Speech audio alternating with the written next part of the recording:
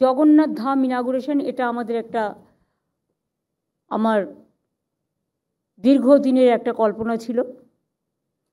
যেহেতু সমুদ্রের ধারে পুরীতে জগন্নাথ দেবের মন্দির আমরা ছোটোবেলা থেকে দেখে এসেছি, তাই বাংলাও একটা নতুনত্ব যা হাজার হাজার বছর ধরে থাকবেন এবং বাংলার মানুষ সহ, সারা দেশের মানুষ সহ, সারা পৃথিবীর মানুষ এটি একটি তীর্থস্থান এবং ধর্মস্থান হিসেবে, এবং দীঘাতে এমনিতেই ট্যুরিজম স্পট আছে, সুতরাং এটা একটা নতুন কর্মক্ষেত্র, ধর্মক্ষেত্র, এবং বিশেষ করে এই হিসেবে অনেক বাজার গড়ে উঠবে, অনেক মানুষ কর্মকাণ্ডে জড়িত হবেন, এবং এটা একটা পৃথিবীর ইতিহাসে, পৃথিবীর মানচিত্রে একটা নতুন একটা সংযোজন হবে।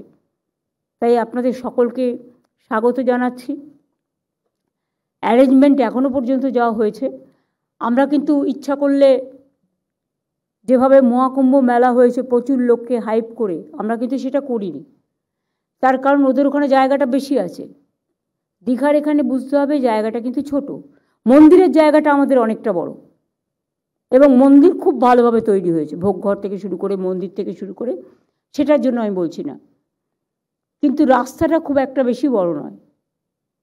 কাজেই যে লক্ষ লক্ষ মানুষকে হাইপ করে ডেকে আনবো, তারপরে তারা কোথায় থাকবে, কোথায় যাবে,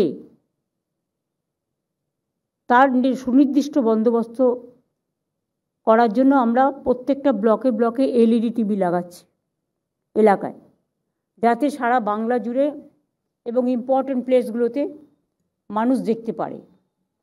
আর ট্রাফিক সিস্টেমটাকে খুব ক্লিন রাখতে হবে, ক্লিয়ার রাখতে হবে।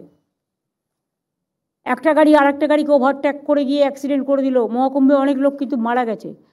একটা অভিজ্ঞতা থেকে কিন্তু শিক্ষা নিতে হয়। সুতরাং দান ধ্যান দক্ষিণ না, এখনো পর্যন্ত কিছু আমরা পাই নাই। কিন্তু অ্যাকাউন্টটা খোলার কি হলো দেবাঞ্জন? কালকে খুলে বলছেন। আরে খুলে দিলে ফার্স্ট ওই ঝাড়ুর টাকাটা আমি দেবো বলেছি। ঠিক আছে, আমি বলে দিয়েছি খুলেই ফার্স্ট আমাকে জানাবে, কারণ আমি বলেছি যে ওই রথের সময় যে ঝাড়ু একটা দিতে হয়, সোনার ঝাড়ু, ওই ওপরে কাজ করে দেয়। আমি 5,01,000 টাকা দেবো আমার অ্যাকাউন্ট থেকে, যা আছে তার থেকেই দেবো। প্যান কার্ড হয়ে গেছে, ঠিক আছে, যাই হোক, আমি চেকটা রেডি করে সিএসকে দিয়ে দেবো, কাল বা পরশু দিয়ে দেবো। আর তার কিছুটা দায়িত্ব,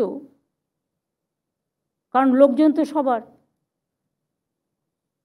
সিএসআর থেকে পাওয়ার ডিপার্টমেন্ট তো এমনিতে টাকা পয়সা ভালোই দেয়, ডিভিডেন্ডও দেয়। একটা পোর্শন যদি কিছু টেন্টের জন্য হেল্প করা যায়, কেউ কেউ দায়িত্ব নিক। যারা বলছি পাওয়ার ডিপার্টমেন্ট একটা দায়িত্ব নিক, ছোটো করে, বড় করে নেওয়ার দরকার নেই। ওই টেন্টের ব্যাপারে তাদের দেখাশোনা, তাদের খাওয়া দাওয়া, পিএইচই জল দেবে বিনা পয়সায়। ফায়ার ব্রিগেডের কিন্তু প্রত্যেকটা টেন্টের সামনে ফায়ার ব্রিগেডের গাড়ি থাকা দরকার, কিন্তু কলকাতা থেকে গাড়ি ওঠাবে না, ওই জেলায় কাছাকাছি করে নেবে। আর বাইক রাখবে, যাতে চটপট ঢুকে যেতে পারে গলির মধ্যে, এর মধ্যে। হ্যাঁ, তোমার তো অনেকগুলো রেডিও হয়ে আছে। কতগুলো রেডি আছে এখনও?